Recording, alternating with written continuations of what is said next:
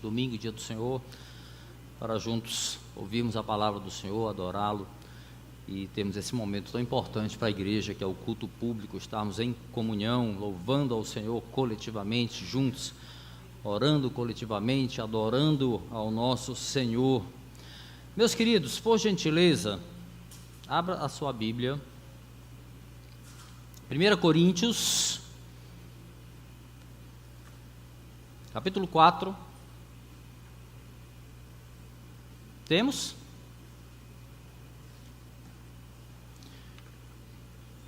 Enquanto aciona aqui o slide, você procura aí, 1 Coríntios capítulo 4.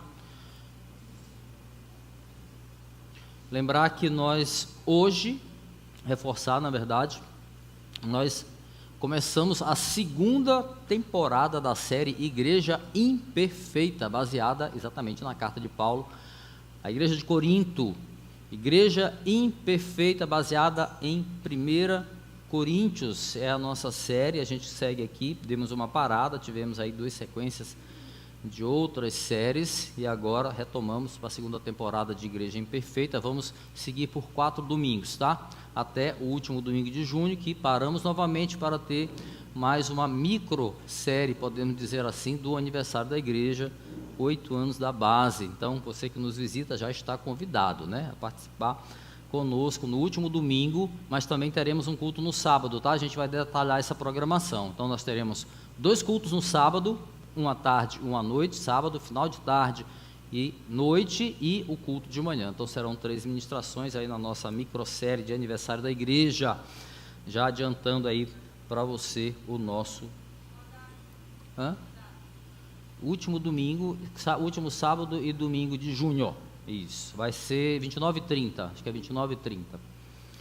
Muito bem, meus irmãos, a gente precisa recordar, e eu recomendo, se você tiver esquecido um pouco, porque a gente deu aí um tempo de, acho que quase 2 meses, um pouco mais que isso, um pouco menos, não me lembro, da nossa série, mas todas as ministrações estão lá, no nosso canal lá no YouTube, tá bom? Então dá uma relembrada lá. A gente pregou no 1 Coríntios capítulo 3, foi o último sermão da nossa série. Então vale a gente recordar um pouquinho que Paulo está escrevendo para uma igreja imperfeita, né? Mas não apenas imperfeita, mas uma igreja muito complicada, e uma igreja que estava confusa naquela época por várias razões, mas principalmente por causa da influência de falsos mestres que estavam ali infiltrados entre os irmãos de Corinto, trazendo falsos ensinos. Não apenas isso, mas colocando também em xeque a doutrina ensinada por Paulo e também a sua autoridade apostólica. Então tudo isso estava envolvido nessa confusão que havia na igreja de Corinto. E além de outros casos, outros problemas, havia também um problema de partidarismo interno, grupos que tendiam mais para um líder, mais para o outro. Alguns diziam: eu sou de Paulo, eu sou de Apolo, outros sou de Pedro, eu sou de Cristo. Então havia ali uma certa divisão interna entre os próprios membros da igreja, e tudo isso somado causava enfraquecimento espiritual, enfraquecimento da doutrina da igreja de Corinto. Então, resumo, eu estou pegando só esse aspecto do contexto da igreja de Corinto, porque tem relação aqui com o nosso texto de hoje. Vamos ao texto então, por gentileza. Se você não tem aí a NVI, separei para você a versão, tá? 1 Coríntios capítulo 4, vamos ler dos versículos 1 ao versículo 5. Se não estiver dando para ler, bacana aqui, acompanha na tua Bíblia. As diferenças são poucas, e quando tiver alguma coisa muito importante eu vou ressaltar durante a exposição aqui, tá bom? Então ouça com atenção, reverência, a palavra do Senhor. Assim diz a palavra: portanto, que todos nos considerem como servos de Cristo e encarregados dos mistérios de Deus. O que se requer destes encarregados é que sejam fiéis. Pouco me importa ser julgado por vocês ou por qualquer tribunal humano. De fato, nem eu a mim mesmo julgo, embora em nada a minha consciência me acuse, nem por isso justifico a mim mesmo. o Senhor é quem me julga. Portanto, não julguem nada antes da hora devida. Esperem até que o Senhor venha. Ele trará à luz o que está oculto nas trevas e manifestará as intenções dos corações. Nessa ocasião, cada um receberá de Deus a sua aprovação. Feche teus olhos, vamos orar juntos? Senhor, louvamos o teu santo e bendito nome, tu que és Deus de graça, misericórdia, um Deus todo-poderoso. Tu és o nosso Senhor, Senhor de todas as coisas. Nós te louvamos, ó Deus, por ler a tua palavra, por poder ouvi-la e poder aprender, Senhor, um pouco mais daquilo que tu nos dissestes, por meio de homens escrevestes, por inspiração do teu Santo Espírito, Senhor, por meio desses homens. Eu te peço, Deus, em nome de Jesus, que a tua palavra seja clara ao nosso coração, traga ensino, traga correção, traga edificação para a tua igreja, para a glória do teu santo nome. Nós te pedimos por fé, em nome de Jesus, e te agradecemos. Amém. Amém. Meus irmãos, atingir a liderança de uma igreja é uma investida inimiga que se repete ao longo da história. Eu gosto de dizer às vezes que o diabo nem criativo é, ele usa as mesmas estratégias desde o Éden, né? E foi sempre assim. Um líder enfraquecido em sua imagem, em sua posição perante a comunidade, provoca com certeza sérios malefícios, entre eles divisão na igreja, confusão, discórdia, decepções e até mesmo o extremo de congregações acabarem por causa disso, um líder que tem ali enfraquecida a sua imagem, a sua posição. Evidentemente que há casos que o líder de fato cai, ele decepciona a igreja, ele sucumbe a tentações e aí ele dá munições óbvias, né, para inimigos espirituais da igreja atingi-lo. Mas outras vezes, e é o caso aqui da igreja de Corinto, foi a ausência física de Paulo que abre aí um caminho, abre um espaço, abre uma brecha, para usar um termo que o crente gosta de usar, né, para que falsos mestres conspirem contra ele, porque ele estava ausente, embora ele tenha passado bastante tempo lá. Ele planta a igreja de Corinto na sua segunda viagem missionária, passa cerca de 1 ano e meio por lá, ensina uma doutrina consistente, ele tem filhos na fé ali, mas ao momento em que ele precisa se ausentar para continuar o seu ministério de plantação de igrejas, e nesse momento, aproveitando-se da ausência do apóstolo, esses falsos mestres começam então a conspirar contra ele, provocam danos à igreja, plantando dúvidas sobre o seu apostolado, bem como sobre a sã doutrina que ele muito cuidadosamente e zelosamente ensinou para aquela igreja. Muito bem, no nosso texto de hoje aqui, 1 Coríntios capítulo 4, de 1 a 5, nós vamos ver a resposta de Paulo a esses conspiradores e também a membros da igreja que julgavam o apóstolo baseado em acusações falsas, em acusações espúrias, em verdades. As palavras de Paulo dirigidas à igreja, meus irmãos, elas trazem não apenas uma resposta à igreja, mas também um ensino muito importante acerca da conduta que deve marcar a vida de um servo de Cristo, mais especificamente aqueles a quem é dada a missão de administrar, de liderar, ou melhor dizendo, um termo mais apropriado, de ser mordomo do Senhor. Então ele responde a esses homens, mas ao mesmo tempo ele traz um ensino muito importante sobre a conduta de um servo verdadeiro de Cristo, de um mordomo. Quando ele responde os seus acusadores, importante frisar também, Paulo adverte sobre as falhas que existem nos julgamentos humanos e que é um equívoco fazê-los precipitadamente. O texto vai nos falar sobre isso.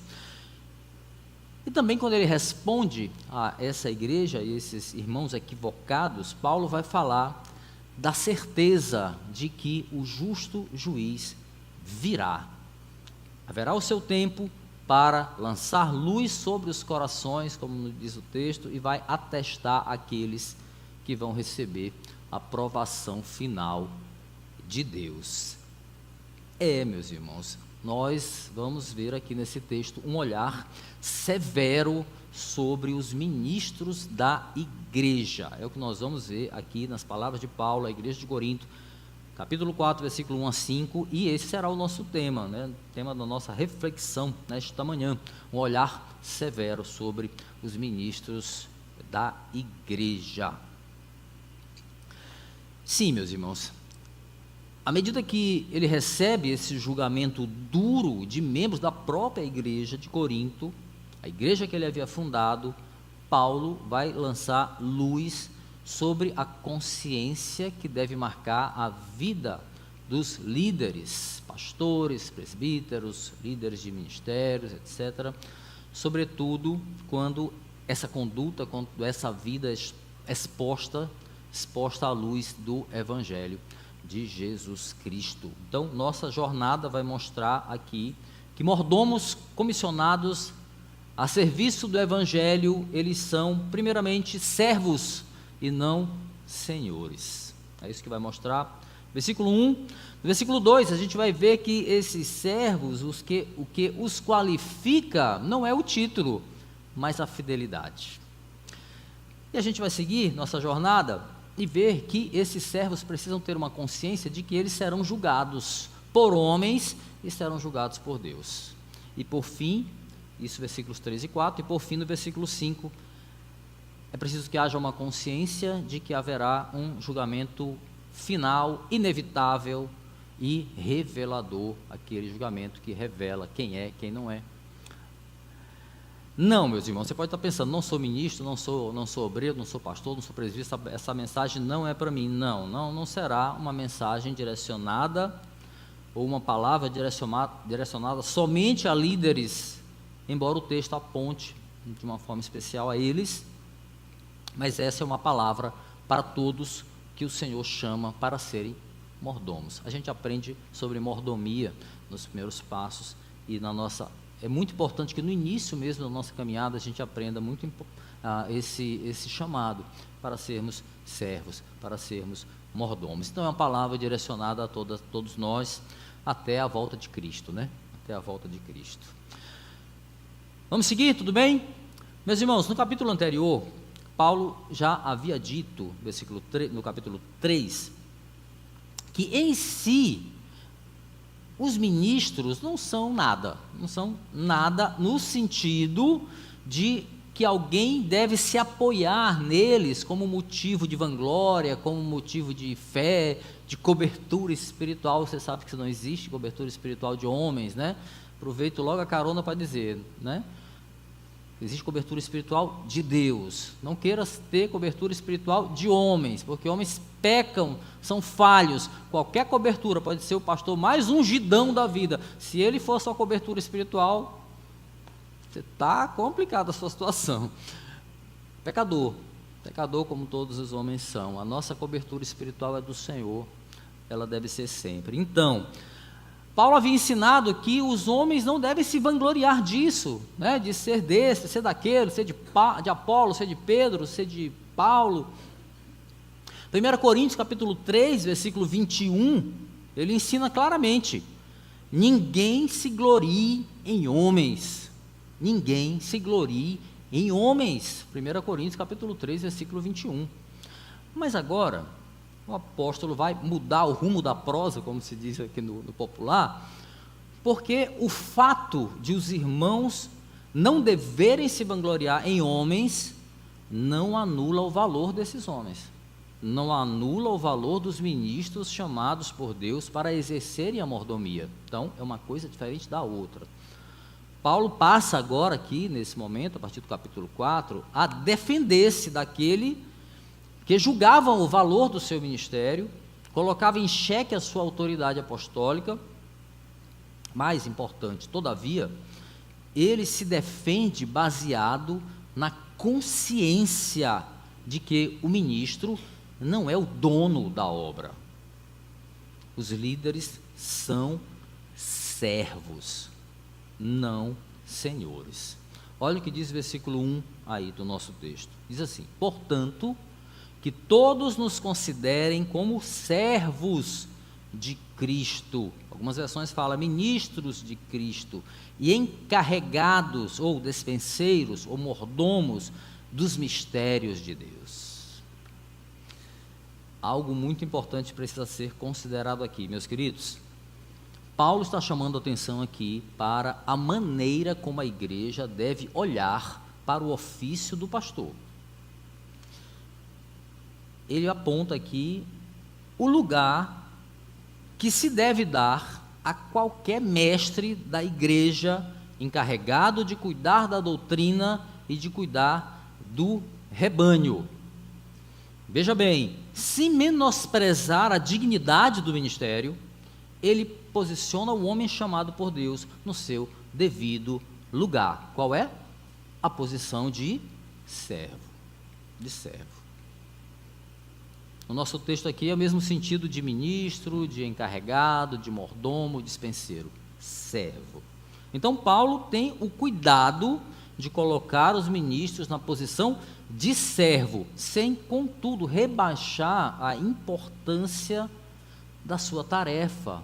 Qual é a tarefa? Eles são encarregados dos mistérios de Deus, ou de cuidar dos mistérios de Deus. A gente tem que lembrar aqui, por que Paulo está reforçando, não está menosprezando, colocando no seu devido lugar, mas sem menosprezar o valor desse trabalho. A gente precisa lembrar que foi o desprezo à doutrina, ao ensino, ou à sã doutrina, que trouxe destaque àqueles falsos mestres que estavam menosprezando a autoridade de Paulo. Foi o desvio do olhar para a sã doutrina. Em contrapartida, parte da igreja já estava dando mais importância a esses falsos mestres do que eles mereciam. Aqueles homens ignoravam o fato de que todo mestre deve agir como servo e não como senhores. Eles se colocavam como senhores da situação, ao mesmo tempo que menosprezavam a atitude de Paulo.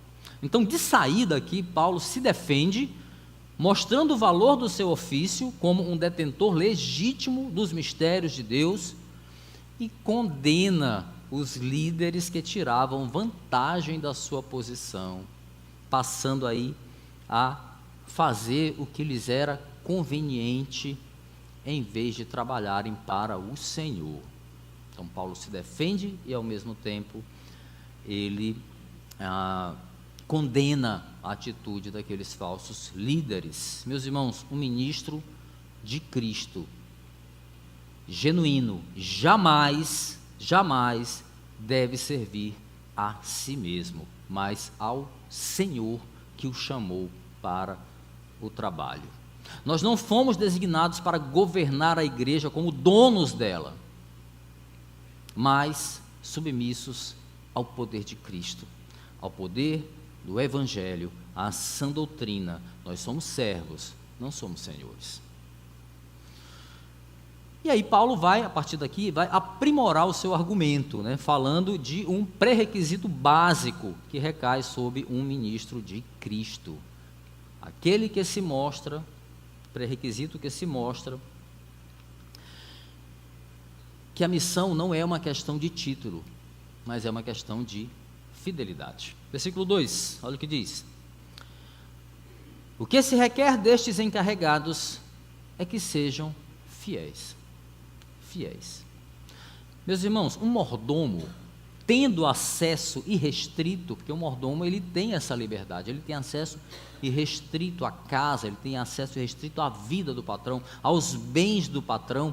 O texto coloca de uma forma, de uma literatura bem paulina, ele tem acesso aos mistérios do Senhor, mas traduzindo para uma situação mais clara, o mordomo ele tem acesso aos bens, ele tem acesso à vida, ele tem acesso aos segredos, aos mistérios do seu Senhor. Então, obviamente, ele precisa ser honesto, ele precisa ser leal, ele precisa ser de confiança.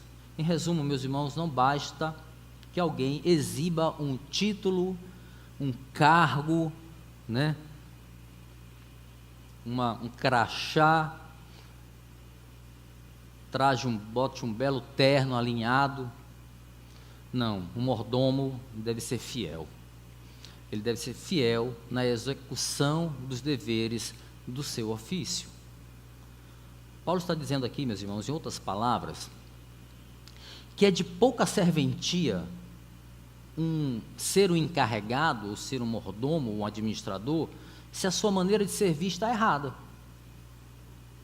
Para Deus isso não é válido. E qual é a maneira certa? Invariavelmente, o ofício cobra deste encarregado que ele seja fiel.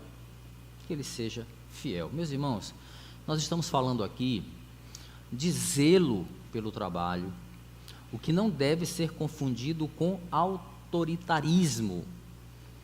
Muitos líderes arvoram-se, num suposto excesso de zelo e de lealdade para estabelecer uma ditadura na igreja. Arvorando-se de que é para o Senhor, nós temos que ser isso, ser aquilo, e aí começa a cobrar regras da membresia que mais parecem um farisaísmo, um legalismo do que com o evangelho, mais ou menos isso. Nós temos que ter muito cuidado, meus irmãos, para não confundir obediência ao pastor com obediência às escrituras. Fiquemos sempre com a postura de quem ensina o segundo. Obediência e fidelidade às escrituras, à palavra. Paulo enaltece o evangelho aqui, ele não está enaltecendo o ministro, ele está enaltecendo o evangelho e não os ministros, quando ele os denomina de encarregados de cuidar dos mistérios de Deus. Ele está enaltecendo o evangelho. Ele aponta para a fidelidade, a responsabilidade que esses servos têm, meus irmãos, de cuidar de algo muito precioso, de algo muito poderoso, aquilo que vai alimentar, aquilo que vai sustentar, aquilo que vai nutrir a igreja, aquilo que vai solidificar a fé da igreja em graça diariamente. Que responsabilidade nós temos, meus irmãos. Todos nós servos, agora eu falo com todos nós, sem distinção de cargo, de título, nós temos uma grande responsabilidade de zelar pelo evangelho. Paulo enaltece o evangelho aqui, não os obreiros. Paulo repreende aqui não apenas os falsos mestres que estavam tentando caluniá-lo ali, mas também todos os servos que venham de alguma forma ter algum propósito em vista, além de glorificar ao Senhor, além da glória de Cristo, além de edificar a igreja. Então, ao mesmo tempo, ele exorta os falsos, mas também exortam aqueles que equivocadamente possam usar da sua função para glorificar a si mesmo, e não ao evangelho, e não a edificação da igreja, seja o objetivo do seu serviço. O que o apóstolo está querendo dizer aqui, meus irmãos? Sejam fiéis. O que ele quer dizer com isso? Sejam ministros preparados, sejam conhecedores dos mistérios, ou seja, conhecedores das escrituras, zelosos pela escritura, sejam retos de coração, cumpram com honra o papel de um mordomo genuíno. É isso que ele está dizendo. Não é questão de título, é questão de fidelidade. Paulo sabe, e ele fala como quem está sentindo na pele essa realidade, que esses encarregados do ofício, eles serão julgados por homens e também julgados por Deus. Olha os versículos 3 e 4 que diz. Ele sabe e está sentindo na pele. Dizem assim os versículos: pouco me importa ser julgado por vocês ou por qualquer tribunal humano. De fato, nem eu julgo a mim mesmo. Embora em nada minha consciência me acuse, nem por isso justifico a mim mesmo. O Senhor é quem me julga. Veja bem, Paulo não está sendo arrogante aqui, possa parecer. Ele não está sendo arrogante, ele está sendo enfático, quando ele usa as palavras, pouco me importa ser julgado por vocês. Tá? Vou explicar. Ele não está necessariamente menosprezando a opinião de parte da igreja de Corinto. Ele está apenas afirmando que a única pessoa cuja avaliação o mordomo valoriza de fato, ou teme, melhor dizendo, é o julgamento do seu senhor. É isso que ele está falando. O mordomo sequer deve depositar a sua confiança no juízo que ele faz de si mesmo. Então Paulo coloca dessa forma. Embora ele tenha uma consciência limpa, o texto indica isso, ele vai dizer: nem por isso justifico a mim mesmo. O Senhor é quem me julga. E aí eu recorro àquele texto conhecido lá de Provérbios, capítulo 21, versículo 2. Ele diz: todos os caminhos do homem lhe parecem justos, mas é o Senhor que pesa o coração. Então, quando o homem se autoavalia, há uma forte tendência dele tirar a mão, né? Tirar o peso, quando ele faz uma autoavaliação. Salomão, sabiamente usado pelo Espírito, vai escrever: todos os caminhos do homem parecem justos aos seus olhos, né? Mas o Senhor pesa o coração. Paulo sabe, sendo ele um falho pecador, ele não pode avaliar a sua fidelidade baseado no alto senso de justiça. Veja como ele se coloca aí, né? Ele sabe que o próprio alto senso de justiça não é adequado, não vai na profundidade adequada para ele se definir como justo ou não.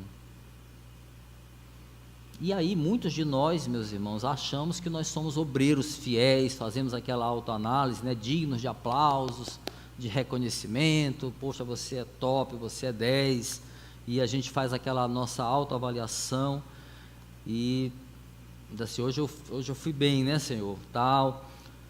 Mas a questão que nós temos que considerar aqui, meus irmãos, nós devemos considerar é: quem está fazendo essa avaliação? Essa avaliação é o Senhor ou somos nós? Quem que está fazendo essa avaliação? Paulo tirou a autoavaliação da história. Até ele pode dizer: eu tenho uma consciência limpa, mas não sou eu que me julgo. Eu não tenho condições. Eu sou suspeito para falar de mim mesmo. Repito, meus irmãos, Paulo não está condenando toda e qualquer forma de julgamento, mas aquele julgamento que é feito precipitadamente. Não, acho que eu pulei aqui. Pulei. Isso. Repito, ele não está sendo arrogante aqui, meus irmãos, quando ele diz que pouco importa para ele que a igreja julgasse ele. Ele não está dizendo que não tem importância para ele aqui. Ele sabia que a opinião dos coríntios estava corrompida. Esse era o ponto. Ele sabia que aquela opinião estava influenciada por falsos ensinos. Por isso que ele vai virar as costas para esse julgamento aí dos homens, incluindo o seu próprio julgamento, e vai apelar para o tribunal de Cristo, o seu Senhor. Os coríntios estavam iludidos com o discurso, né, enganoso daqueles falsos mestres que diziam que a doutrina de Paulo era muito simples, que o seu discurso era muito superficial, não era muito rebuscado, não tinham palavras difíceis, não tinham termos filosóficos, não tinham termos intelectuais. Dizia que ele mesmo não tinha uma aparência imponente, né, de um mestre, de um líder. Então, por essa razão aí, Paulo despreza essa análise cega e corrompida dos homens que o julgavam. Então veja, ele não está desprezando qualquer tipo de avaliação ou julgamento, mas aquele tipo de julgamento equivocado, que julgamento precipitado, julgamento corrompido. E aí, meus irmãos, o que Paulo aqui aproveita e vai dar uma alfinetada bem dada na vaidade daqueles falsos apóstolos que viviam no afã de impressionar os seus seguidores, que trabalhavam na expectativa de receber aprovação humana e, na verdade, nada mais era do que uma atitude para a sua própria satisfação, porque nada fazia deles mais satisfeitos do que os aplausos e a admiração da plateia. Meus irmãos, um pastor não deve desprezar o julgamento da igreja. Não se trata disso aqui.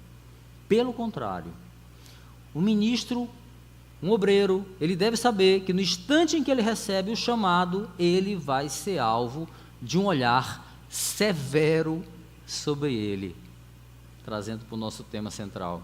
E não é só isso. E o mais importante, haverá um olhar severo de Deus sobre ele. Sim, meus irmãos, julgados por homens, julgados por Deus.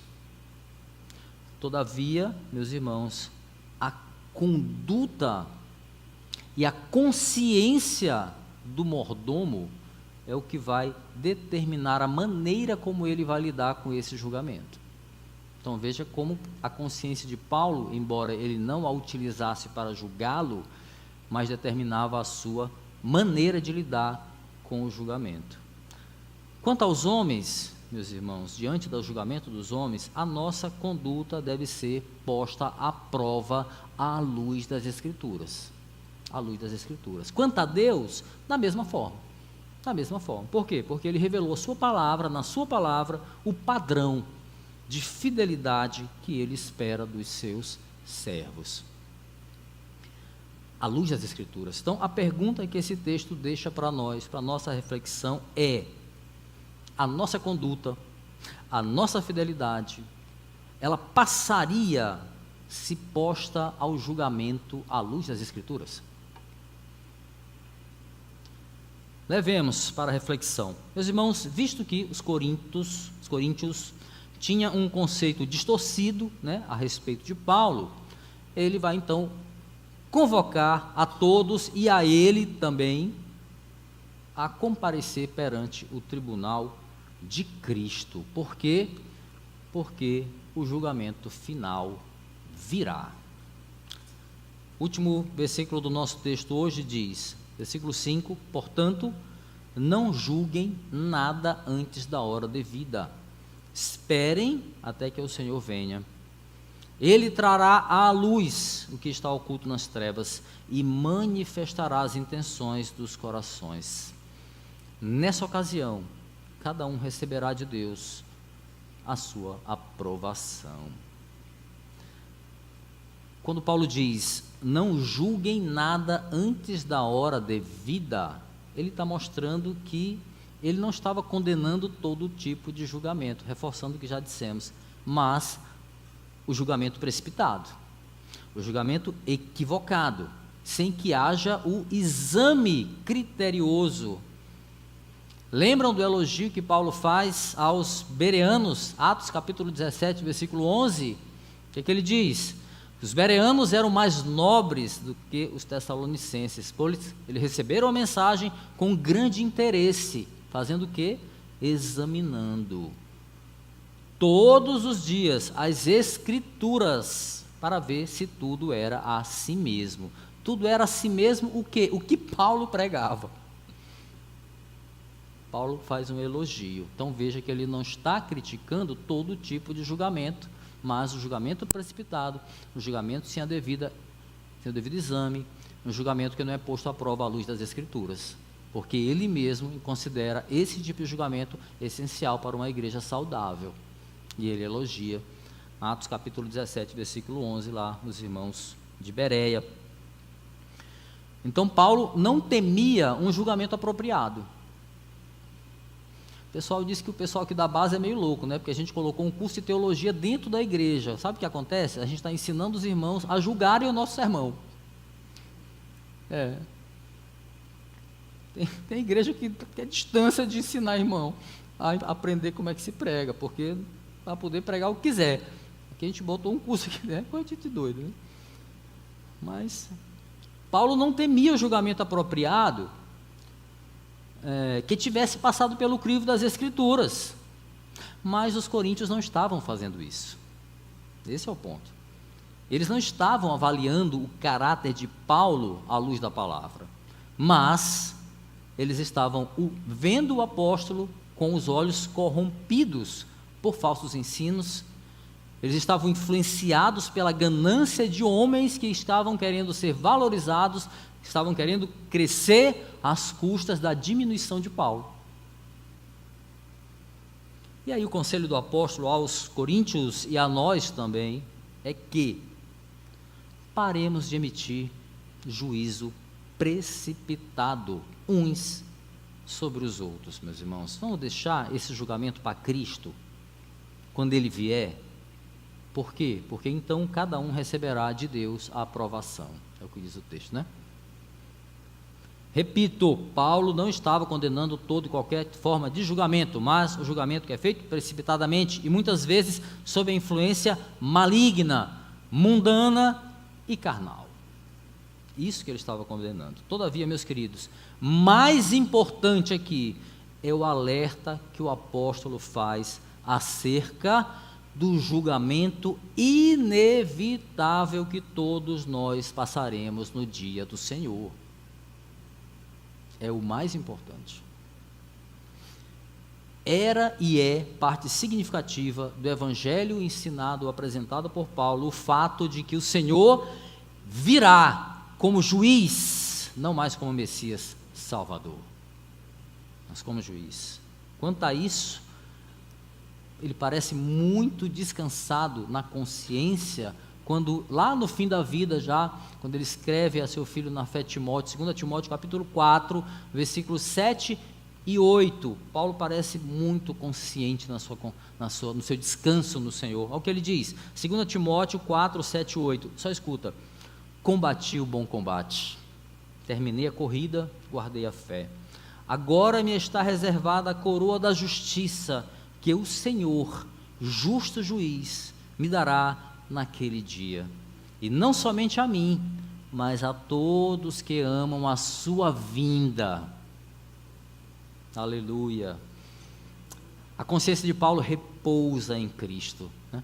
A consciência de Paulo repousa na certeza que a luz do Senhor, em dia determinado, virá, voltará. Nesse dia, esta luz incidirá sobre toda a treva, e o coração dos homens estará exposto à justiça do Senhor. Ele descansa sobre isso.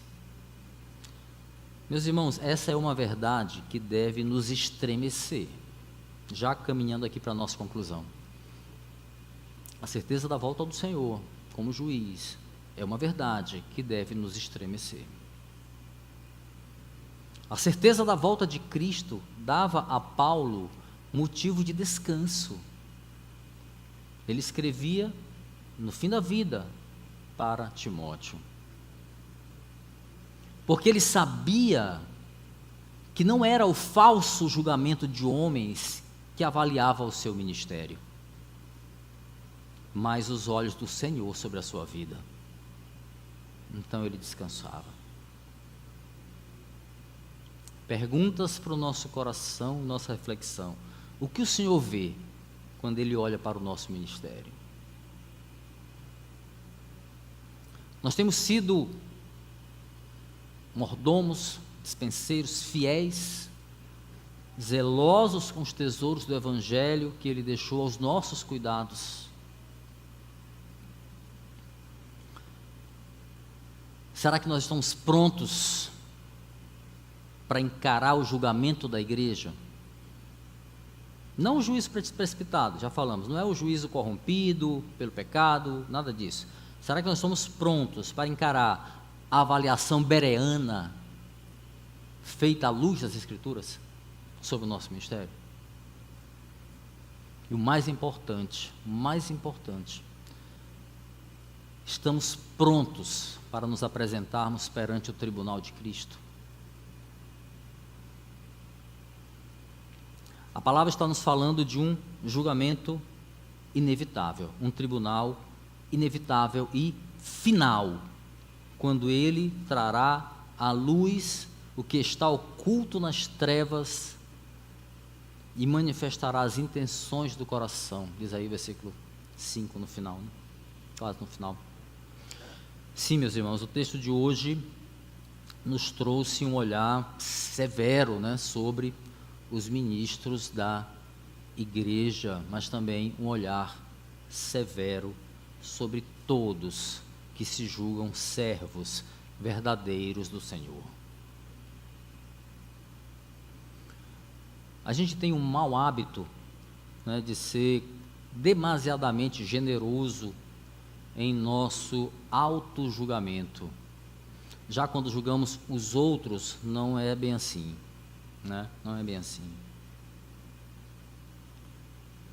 Meus queridos, é tempo da gente deixar essas meninices, sabe, de lado e tratar com seriedade, mas com seriedade mesmo, o que realmente importa.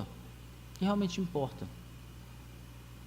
Quando nós julgarmos, que primeiro a gente tire a trave do nosso olho, sabe? A trave que impede a gente de ver além da nossa hipocrisia, né? Que nos impede de ver além da nossa justiça, para só então a gente poder julgar o próximo. E quando nós julgarmos, que seja a luz das Escrituras, e não da nossa justiça.